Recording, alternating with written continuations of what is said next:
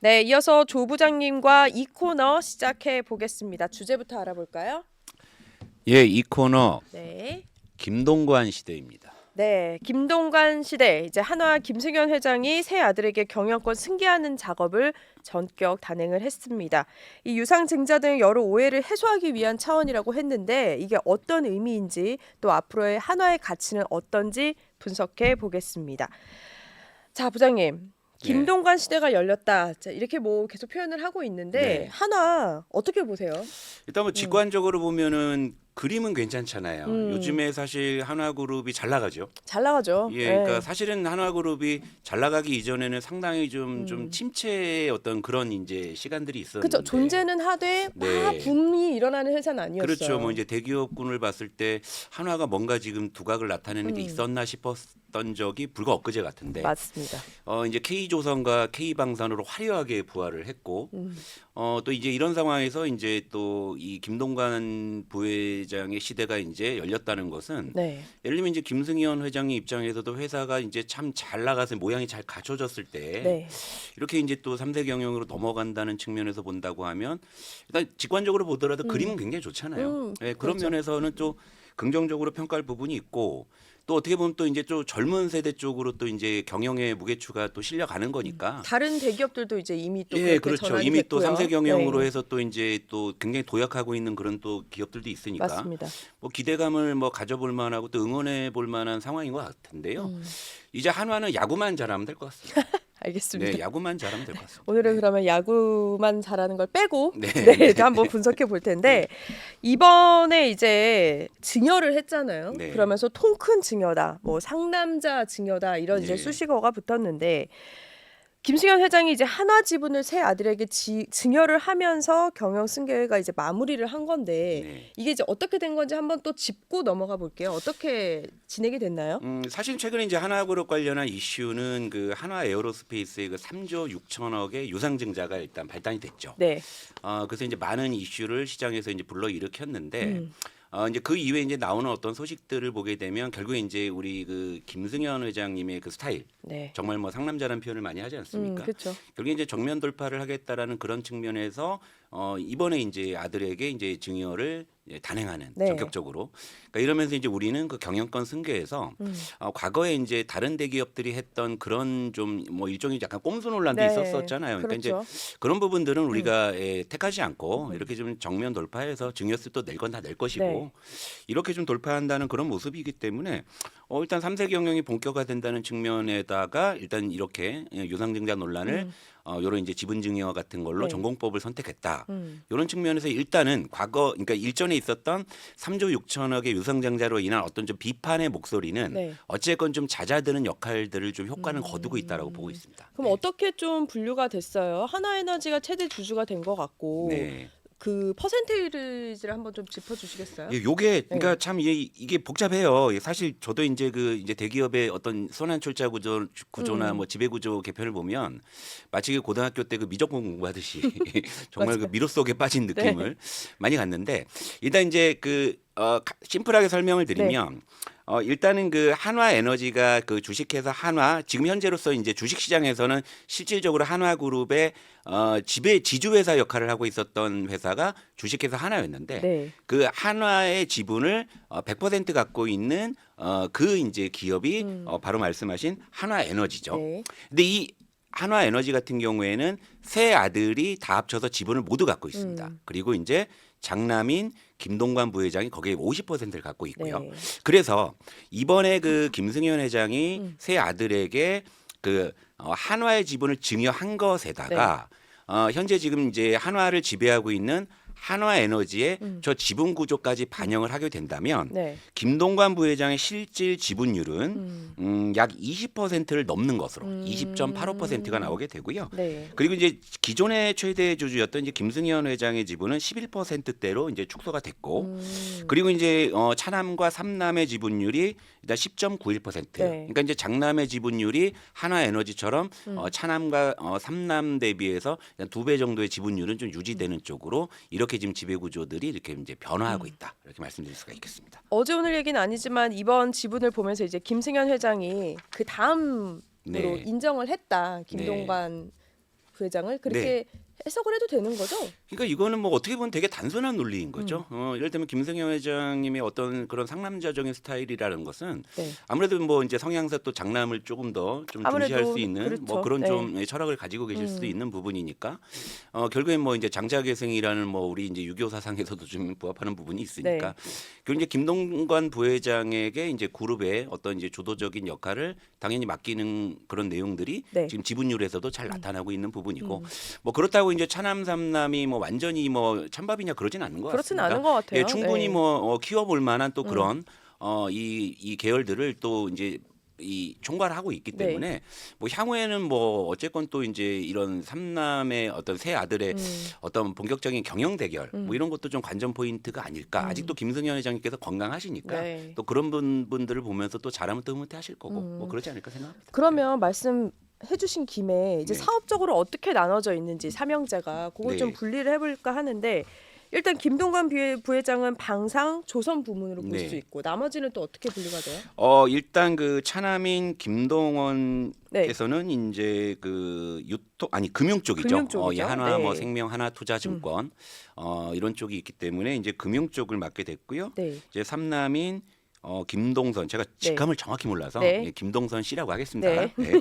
유통 반도체 로봇. 근데 네. 이 반도체 쪽이 요즘에 그 이제 한화 그 인더스트리얼 머티리얼즈라고 해서 요즘에 이제 한미 반도체가 예전에 그 엔비디아 쪽에 그 이 HBM3에 들어가는 네. 그 듀얼 TC 본더로 각광을 받았었잖아요. 네, 근데 이번에 이제 이 한화 반도체 쪽에서 굉장히 좀 약진하면서 이런 부분에 출사표를 또 던졌기 때문에 키워볼 만한 또 계열이 아닌가 뭐 네. 이런 생각도 들고 있고요. 뭐 로봇 쪽도 일단 삼남 쪽에는 약간 좀 도전의 과제를 준 것 같아요. 그렇죠. 예, 이게 기존의 또 시대도 주력은 많이 아니었는데, 타고, 예, 그렇죠. 예, 기존에 좀 약간 하나의 주력은 아니었는데 이제 좀 뭔가 두각을 좀 나타내려는 신성장 산업 쪽에 그쪽에 좀 삼남의 어떤 좀 숙제를 좀 준 것 같고요. 근데 이거 그러면 사실 여지는 좀 있는 거 아니에요? 잘 네. 되면 진짜 뭐 주요 산업만큼 커질 수도 있는 그렇죠. 거고 네. 아니면 진짜 뭐 예. 사실 큰 부담이 없을 것 같으면서도 네. 도전을 해볼 의사는 생길 것 같긴 하거든요. 예, 그렇죠. 그러니까 사실 정말 이 어떤 그 개편의 속내는 김승현 회장님이 아시겠죠. 네. 우리가 뭐 이제 보도되는 여러 가지 뉴스나 이제 데이터 자료들을 토대로 이제 저희들은 좀 분석을 하고 이제 추정을 네. 하는 것인데 어쨌건 이제 삼남에게 이제 그 이 맡기게 되는 반도체나 로봇 쪽은 네. 확실히 좀 도전할 수 있는 부분이어서 그쵸. 향후에 이쪽이 많이 커졌을 때는 또 다시 뭐 이제 뭐 글쎄 뭐 왕자의 난이 벌어질지 모르겠습니다만 뭐 이제 그런 어떤 시나리오도 그쵸. 뭐 일각에서는 뭐 제기를 하는 쪽도 있습니다. 네. 그러면 이렇게 좀 사업을 사실상 이제 분리를 하면서 키우고 있는 거잖아요, 네. 아버지가.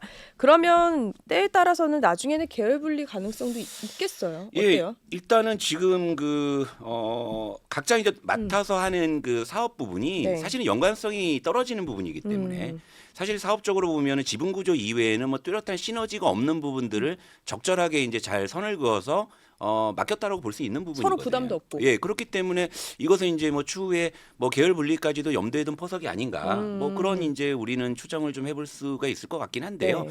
근데 그게 당장 될 것 같지는 않아요. 뭐 이를테면 이렇게 이제 뭐 사업 분야는 이제 각각의 아드님들이 네. 이렇게 이제 해서 진행을 하겠지만 예를 들면은 이제 이 차남인 김동선 씨 같은 경우에는 네. 금융 전반을 총괄하기로 했습니다마는 이를테면 이제 또 금융 계열의 핵심이라고 할 수 있는 하나생명 네. 의 지분율이 0.3% 0.3. 수준에 불과하기 때문에 네.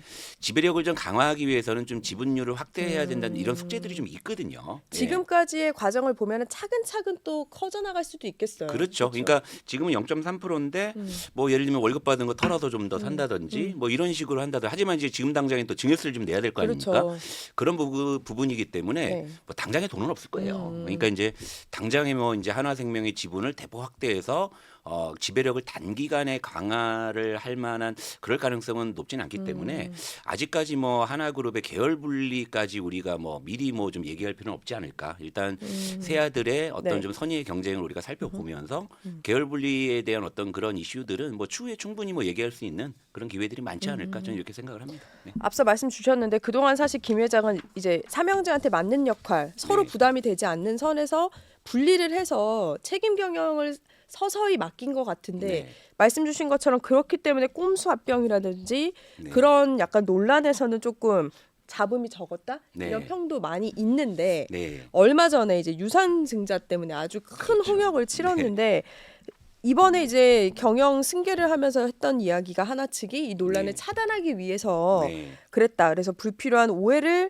없애기 위해서라고 했는데 실제로 그런 역할이 된 거예요. 아직 잠잠하진 않은 것 같은데. 그래도 일단은 그 한화 에어로스페이스의 그 3조 네. 6천억의 유상증자는 사실 지금 자본시장 역사상 최대 규모라는 그런 어떤 평가였기 그쵸. 때문에 그리고 사실 이제 한화 에어로스페이스가 작년에 영업이익을 무려 1조 7천억을 벌었고요. 네. 올해도 지금 뭐 최소 2조 5천억 이상의 네, 영업이익이 그쵸. 기대되기 때문에 2년 동안 4조 이상을 버는 회사거든요. 그런데 3조 6천억을 뭐 시장에 손을 벌려 네. 뭐 이제 이런 부분 때문에 사실 주가도 굉장히 변동성이 컸었고 그리고 굉장히 좀 비판의 목소리도 컸던 것도 굉장했죠. 사실이에요. 예, 네. 그런데 그 이후에 그래도 뭐 김동관 부회장이 뭐 자사주를 30억 매입을 한다든지 그리고 이번에 이제 아시다시피 이제 전격적으로 이제 새 아들에게 네. 지분을 증여하면서 이런 부분들을 이제 전공법으로 좀 돌파하겠다라는 이게 그러니까 어떻게 보면 이제 김승현 회장의 이제 특유의 기질, 뭐 상남자 기질 뭐 이런 부분이잖아요. 이런 부분들이 어느 정도 시장에는 그래도 조금은 이제 누그러뜨리는 해소까지는 예, 아니고 그런 영향. 하지만 네. 이제 그런 그 김승현 그 회장 특유의 그 어떤 와일드한 기질이 이제 주식시장에도 이제 좀 와일드하게 다가왔기 때문에 이제 한동안 좀 파장이 있었던 것이고요. 지금 이제 그걸 수습하고 봉합하는 그런 국면에서의 이 과정에서 나오는 하나둘 이 카드들이 그래도 뭐 조금은 달래는 쪽으로 이제 나오고 있다는 평가기 때문에 그래도 최근에 하나 에어로스페이스의 주가도 이제 다시 좀 반등 국면으로 그렇더라고요. 예, 접어드는 네. 그런 거기 때문에 결국 주가가 말해준다고 봅니다. 바로 이 승계 얘기하니까 바로 오르기도 했는데 네. 사실 유상증자마저도 뭐 여론이 나쁜 것도 있지만 네. 금감원마저도 사실 그날은 긍정적으로 이복현 금감원장이 긍정적으로 받아들였다가 네. 또 이제 몰매를 맞고 네. 그런 다음에 이제 신고서 정정 요구를 했단 말이에요. 네. 근데 이 또한도 쉽지 않은 과정일 것 같아요. 사실 여론을 무시도 네. 못할 테고 네. 이거 통과되겠어요? 그리고 아까 말씀하신 그 이복현 금융감독원장이 또 그런 어떤 이제 액션을 취했다가도 최근에 또 이제 거취 문제로 또 한번 또 이제 그렇기 때문에 네. 좀 노이즈가 있는 상황이기는 맞습니다. 한데 예. 근데 이제 기존에 이제 이거는 관건은 이건 것 같아요. 결국에는 시장 참여자들이 얼마나 이제 이런 부분들을 납득하고 수긍할 수 있는지 그렇죠. 이제 그 부분에 대한 어떤 성의를 네. 한화에서 지속적으로 좀 보여주면서 그러면서 좀 주주들을 좀 달래기도 하고 이런 분위기가 좀 이제 아무래도 이제 감독원의 그런 네. 심사에도 충분히 좀 반영이 될 거라고 보거든요. 그러니까 이제 지금 상황이 물론 이제 처음에 3조 6천억의 유상증자가 단행이 됐을 때는 뭐 이제 감독기관 입장에서도 네. 뭐 이제 최대한 뭐 이렇게 뭐 심사숙고해서 중점 심사하겠다 뭐 얘기는 했지만 그래도 이제 원체 어떤 시장 참여자들의 어떤 반발이 심했을 경우에는 네. 또 그게 그렇게 속도 있게 가기가 쉽지 않잖아요. 쉽지 않죠. 예, 근데 그 이후에 어쨌건 한화에서 보여주는 여러 액션들은 그래도 좀 이제 삐쳐 있는 좀 투자자들을 네. 좀 달래는 것들이 하나둘 좀 나오고 있는 상황이기 때문에 뭐 일단은 뭐 물론 이제 최종 판단은 심사는 감독기관에서 하는 거지만 결국에 이제 주주들의 어떤 좀 불만을 얼마나 더 이제 누그러뜨리고 잠재우느냐 네. 이런 쪽에 좀 저는 좀 예, 관건이라고 좀 보고 있습니다. 네. 근데 또 하나 지켜볼 게 이제 승계 작업에 있어서 하나에너지나 하나임팩트를 활용하지 않겠다고 했단 말이에요. 네. 하나 측이. 네. 그런데 수치를 보면 이게 네. 증여세 문제도 남아 네. 있잖아요. 2천억 원이 넘어요. 네. 그렇기 때문에 사실 생각해 보면 이제 하나에너지 상장 앞두고 있다고 볼 수 있는데 네. 이 가격이 어떻게 되냐도 이제 관건일 것 같은데 네. 그래도 뭐 3조 원 이상 나올 거다 이런 좀 전망들도 많은데 어떻게 보세요? 그러니까 이것도 이게 또 어떻게 보면 또 다시 이제 좀 진정되는 어떤 심리에 또 다시 뭐가 또 불을 지필 또 약간 불씨가 될 수 예 있는 그런 좀 논란의 예. 불씨가 그러니까 계속 예. 의문점이 계속 생기는 거예요. 예. 해소가 됐다가도 의문점이 네, 그렇죠. 생기고. 말씀하신 대로 음. 증여세 부분이 이게 뭐 새 아드님이 아무리 뭐 월급을 많이 받으셔도 이게 1,000억을 한 번에 납부하기 쉽지가 않단 말이죠. 그럼요. 그럼 어디선가 분명히 이제 증여세에 대한 재원을 이제 마련을 해야 되는 상황인데 이게 사실은 그 오비락이라고 네. 뭐 예를 들면 이 시점에 또 한화에너지가 또 상장을 한다라는 이런 얘기. 그러니까 여기서 이제 관건은 이건 같습니다. 결국에 한화에너지를 상장을 할 때 구주 매출이 있느냐 없느냐. 네. 이게 바로 이제 상장 밸류에 절대적인 영향을 줄 겁니다. 그러니까 구주 매출을 한다라는 것은 결국에 이제 새 세 아들이 가지고 있는 지분을 일부 판다라는 의미잖아요. 네. 그렇다면 결국엔 증여세를 내기 위해 상장을 한 거였냐는 비판에서 자유로울 수는 없잖아요. 그럼요. 그런데 시장에서 바라는 거는 100% 신주 발행으로 가는 걸 더 좋아하겠죠. 그리고 그래야지만이 가치를 더 높게 평가받을 수가 있습니다. 그렇죠. 이를테면 구주 매출은 쉽게 말씀을 드리면 기존에 있는 주식을 누구에게 사는 거기 때문에 그 투자금 자체는 회사에 들어가진 않는 상황인데 네. 100% 신주를 발행하게 되면 그게 다 회사의 자본으로 납입이 되는 부분이니까 그러니까 투자자들의 입장에서는 구주를 사는 것보다 신주 발행을 훨씬 더 선호하는 거죠. 그러니까 신주 발행의 시나리오로 갔을 때 아무래도 이제 가치를 좀 더 이제 올려받을 수 있는 부분이고 네. 이를테면 뭐 최소 3조 원이라는 이야기를 하시는 것도 이것도 이제 구주 매출을 전제로 했을 때 아마 3조 원으로 좀 하단이 잡힐 수 있을 것 같고요. 만약에 이제 100% 신주 발행이라고 했을 때 내가 투자한 돈이 전부 다 하나에너지에 들어가서 이것이 또 회사의 성장 동력으로 활용이 되겠구나 했을 때 4조, 5조 이렇게 얘기가 나오는 부분이거든요. 그러니까 앞으로 이제 하나에너지의 상장 같은 경우에는요. 네. 결국엔 이 안에 구주 매출이 있느냐 없느냐. 그러니까 사실 이게 이제 몇 년 전에 사례가 있었어요. 그러니까 현대 엔지니어링이라는 그런 기업이 이제 상장을 하려고 했는데 네. 그게 또 사실 현대차의 또 계열이기도 합니다. 근데 여기에 이제 일부 구주 매출이 들어갔던 거죠. 그렇죠. 그러다 보니까 가치가 확 떨어졌죠. 네. 그런 상황에서 그렇죠. 시장이 이제 좀 분위기도 좋지 않고 그러다 보니까 이제 상장을 철회했던 사례가 있었어요. 그만큼 이제 구주 매출이라는 것은 특히나 이제 대기업의 계열사들이 상장했을 때 굉장히 시장에서도 정말 현미경으로 들여다보는 그런 이 워딩이거든요. 네, 키워드거든요. 네, 네. 그래서 한화에너지의 어떤 상장은 한화에서 어떤 얘기를 하든 구주 매출이 발생하느냐 안 하느냐가 저는 그게 흥행 관건이라고 보고 있습니다. 이게 계속 의문점과 의심을 말씀드리고 네. 있는데 또 하나 지켜봐야 될 게 예를 들면 저희가 이제 경험치 때문에 투자자들이 네. 무서워할 텐데 네. 한화에너지가 많이 상장을 하고 네. 하나가 합병하는 식으로 이제 지수사 지분율이 높을 것으로 사실 추측을 해 왔는데 네. 이제 요 시나리오는 이제 불식이 뭐 잠재워질 거다라는 건데 우리가 과거에 네. SK 경험이 있잖아요. 네. CNC와 이제 합병을 안 할 거라 했는데 결국에는 했고. 네. 근데 투자자 입장에서는 그게 또 경험이 있으니까 네. 또 사례가 있으니까 네. 마냥 믿을 수는 없을 것 같거든요. 시장에서는. 그거는 제가 봤을 땐 이제 이미 이제 최근에 두산그룹에서 또 합병이 좀 감독원에서 그러니까, 이 승인을 안 해줘서 두 번인가 무산된 적이 있기 됐잖아요. 때문에 네. 이거는 사실 꼼수를 부리고 싶어도 안 되는 시나리오가 아닌가. 뭐 꼼수까지 부릴 것 같지는 않고. 네, 그렇죠? 네. 뭐 또 김승현 회장님 스타일을 보면 그렇게까지는 안 하실 것 같긴 그럴 것 한데. 같긴 해요. 네. 그리고 이전에 사실은 이게 한두 번 있었던 일은 아니었죠. 사실은 뭐 과거에 이제 삼성그룹의 어떤 경영 승계 과정에서도 뭐 꼼수 합병 상장에 대한 논란들이 있어 왔고요. 네네. 이러다 보니까 이런 것들이 이제 반복되다 보니까 이제 시장 신뢰도 자꾸 떨어지고 네. 이러다 보니까 얼마 전 이제 두산그룹에서 이제 로보틱스 관련한 합병은 이제 무산이 됐었고요. 네. 이런 부분이 있기 때문에 뭐 이미 뭐 이제 과거의 사례를 보게 되면 이 카드는 저는 선택하지 않을 가능성이 크지 않나. 지금까지 뭐 말씀하셨던 대로 결국에 상남자 스타일로 그냥 전공법으로 가는 네. 그것만이 지금은 뭐 가장 좋은 방법이 아닌가 이렇게 생각을 합니다. 네. 잠깐 또 말씀드리면 이제 증여세 다시 좀 보면은 이게 과세 기준이 있더라고요. 네. 전후 2개월 평균치 해가지고 하는 게 있는데 네. 그럼 전 궁금한 게 이 유상증자로 폭락했었잖아요. 네. 이것도 기간에 포함이 되는 거예요? 그러니까 그 기준가를 산정하는 그 이동평균 주가를 이제 산정을 해야 그렇죠. 되거든요. 4월 30일이 이제 한 달 후니까 예. 그 기간으로 해서 앞뒤 두 달의 평균값이더라고요. 예, 사실은 계산할 수 네. 있는데 네. 예정이 없던 질문이어서 예. 계산을 하지 않겠습니다. 네. 그래서 일단 그 뭐 예를 들면 이제 뭐 어제 종가 기준으로 이런 건 아니고 단편적으로 하루 만에 주가를 결정하지는 않는 거고 언제 주가라는 것은 원재 변동성이 네, 크기 네. 때문에 뭐 하루 이틀의 주가로 이제 그걸 기준으로 삼을 수는 없는 부분이기 네. 때문에 기간을 이제 통상적으로 한 평균 3개월 정도의 이제 평균 주가를 기준으로 이제 기준인가가 형성이 되는 거죠. 이를테면 유상증자를 할 때도 그렇고요. 네. 아니면 이제 뭐 증여세나 이런 이제 세금 납부의 과세 표준을 잡기 위해서도 그런 부분이기 때문에 결국에 이제 주가가 계속 뭐 움직이는 것들은 뭐 약간의 어떤 그런 과세 표준의 변경, 기준가의 변경 뭐 이런 정도의 영향이 있을 것 같습니다. 그럼 네. 증여세는 좀 바뀔 수도 있겠네요. 규모가. 그렇죠. 그러니까 지금 증여세 확정이 안 됐죠. 그러니까요. 예, 좀 지금 더 확정이- 지켜봐야 예, 되는 그렇죠. 그거고. 네.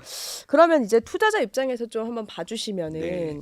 하나그룹을 이제 앞으로 투자를 한다는 입장에서 또 새로운 시대도 열렸고요. 네. 눈여겨서 봐야 할 부분.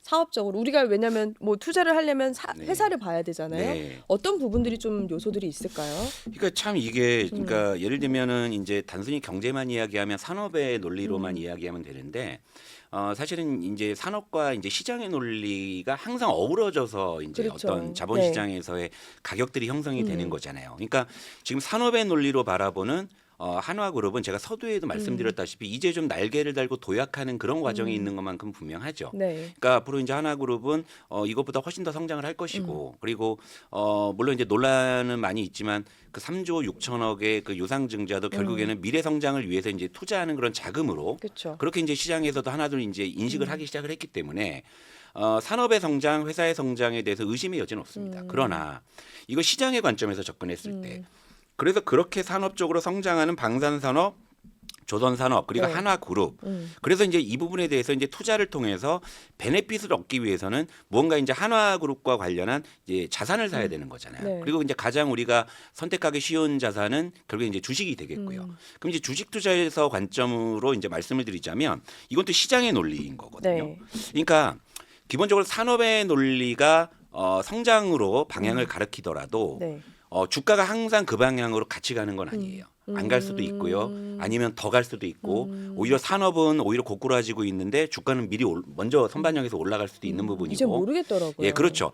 그러니까 이 시장의 논리라는 것은 그 상황에서의 수급과 네. 심리가 결정을 하는 거죠. 그러니까 이를테면 그러니까 뭐 방산업은 계속적으로 우상향을 하고 있고 오늘도 지금 뉴스만 보게 되면 또 K2 전차를 뭐 수출 한 해 만에 이런 그러게요. 소식들 좋은 네. 소식들이 계속 쏟아지지만 주가는 이 회사가 얻어들이는 그런 성장률보다 주가는 훨씬 더 먼저 반영되는 경우들이 있습니다. 그러다 보니까 산업의 논리로는 성장하는 게 맞는데 주가는 빠지는 거예요.